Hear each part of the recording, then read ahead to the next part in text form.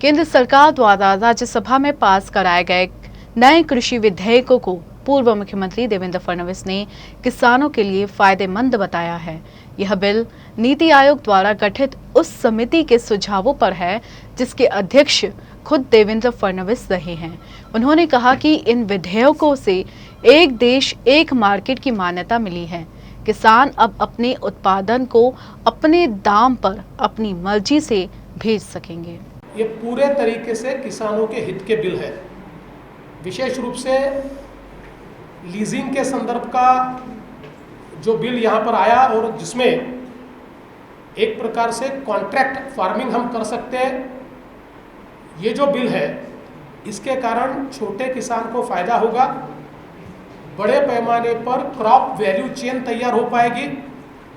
इसमें पूंजी बड़े पैमाने पर आएगी, निजी क्षेत्र की भी पूंजी आएगी जो छोटे किसान को कभी नहीं मिल सकती, ऐसी पूंजी भी आएगी और इससे किसानों को बहुत ज़्यादा फायदा होगा।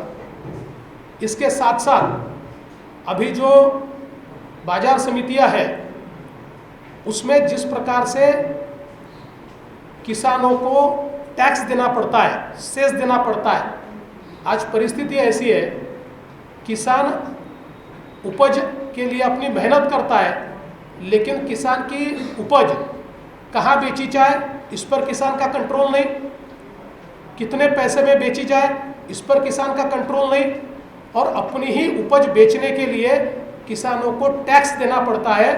इस प्रकार की परिस्थिति थी। कल के बिल ने इन तीनों परिस्थितियों को समाप्त कर दिया। अब किसान को यह अधिकार आया है कि वो कहीं पर भी अपना माल बेच सकता है। कहाँ बेचना ये किसान तय करेगा, किस कीमत पर बेचना है, क्योंकि सिंगल मार्केट हुआ है तो देश के किसी भी कोने में बिना रोक टोक के किसान अपना माल बेच सकता है। तो कहाँ बेचना है ये भी किसान तय करेगा और इसके साथ साथ इसकी कीमत भी किसान तय करेगा। और अब किसान को इस पर कोई टैक्स या सेस नहीं देना पड़ेगा। कई जगह तो 8% तक टैक्स अपने ही माल पर किसानों को देना पड़ता था, अब ये नहीं देना पड़ेगा। इसलिए ये दोनों बिल क्रांतिकारी है। इन बिल्स पर, इन विधेयकों पर, इन कानूनों पर जिस प्रकार की राजनीति कांग्रेस ने की है, इससे कांग्रेस का असली चेहरा बेनकाब हुआ है।